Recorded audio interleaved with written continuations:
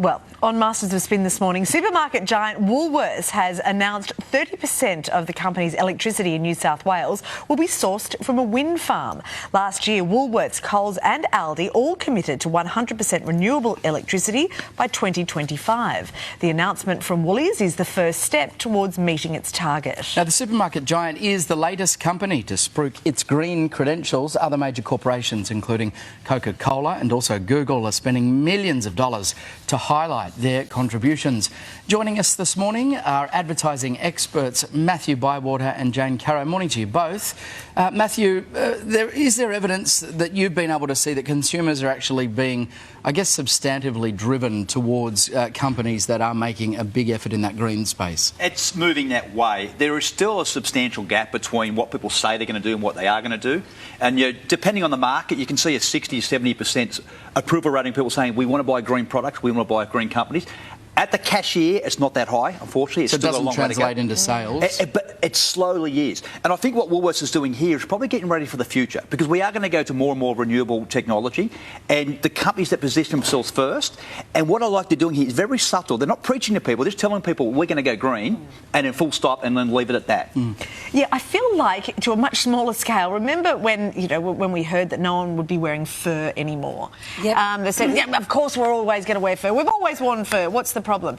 And now no one does. So I just feel like this is the first little trickle, and perhaps it will become more important. But it also depends on what you can afford. Yes, absolutely. But of course, we're getting to the tipping point where things that are sourced from green energy are actually becoming cheaper than things that are sourced from traditional forms of energy. And that is driving the whole change that we're going to see, I think, in front of our eyes quite quickly. I think you get to that point and then, boom, it happens fast. Yeah. And I think that's what's going to happen. And I agree with Matthew. I think Woolworths are getting on the front foot with this. I think it's great. Now, look, there is a term for it, greenwashing, that, people are sort of putting their best face forward on this and they're not actually quite living up to their claims. Nevertheless, I think that as soon as we get to a position where commercial companies feel that it is of benefit to claim their green credentials publicly and use it as a marketing force, then we are seeing the change happening in front of our eyes. So I don't care what their actual motives are. I think it's a great thing that they're doing this. Heading in the right direction, at least by the sounds.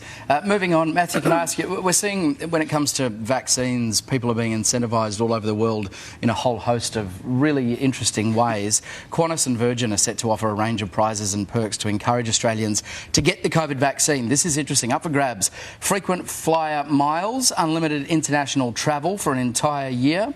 Clever, a sign perhaps of how desperate the industry is to get back in the air, a combination of both?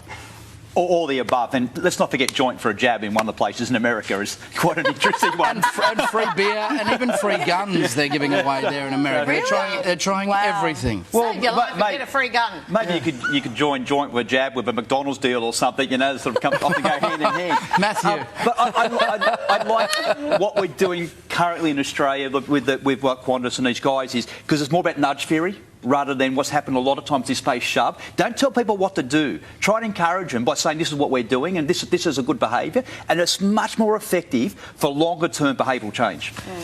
See, this is why you get paid the big bucks. When you come up with collaborations like that, good stuff. Janie, it would probably work. Yes. Do you think it will work? We'll work here. We're suckers, aren't we, for a giveaway? And I also think, lollipops when you take the kids to the doctor to get vaccinations has been around for a really long time. It still works. Incentives work. People do things because there's a benefit to it. Now, for a lot of people, the benefit of feeling safe in the face of COVID, I'm 64, I'm certainly getting my jab next week. I don't need incentivising. I'd like to feel safe, thanks very much. But for others, because what we know is, we've seen it all over the world, there's a rush to get vaccinated to about 50% of the population, and then it slows right down. And that's the point at which you need to offer extra incentives to get people to actually keep that rate of vaccination up. Isn't staying alive and preventing a global pandemic enough? But are we such a basic species that we need frequent flyer miles to go out and get the jab? Yeah. I mean, is that where we're at? But what Janie's saying is we're seeing this in America just in the last 7 days. You look at the graph and it was doing this and now it's doing this. And they need because it just got past 50%. They need to bump it up again. And so that's why they're coming up with this stuff,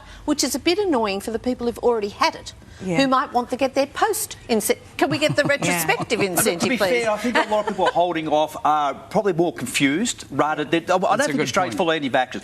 I think there's been a lot of confusion here from a state and a federal all around, and that confusion has caused people just to sit back. I agree, but I don't challenge that, but it's just whether or not frequent flyer miles become the tipping point. Yeah. Well, not on its own, but I do think the idea that if you're not vaccinated, you won't be able to travel overseas is, in fact, a huge incentive. Separated families. Yes, and all that kind of thing. And I think that will make a big difference. But the communication around the vaccine rollout has been appalling. Yeah. We're just starting to correct it now. Interesting that it's businesses doing it. Yeah, more than having to drive exactly. Filling the vacuum. Well Jane, Matt, thank you very much. Thanks, I can't believe guys. you're only just working out that we're uninvolved as a species. You said Evolved ahead on Weekend Sunrise.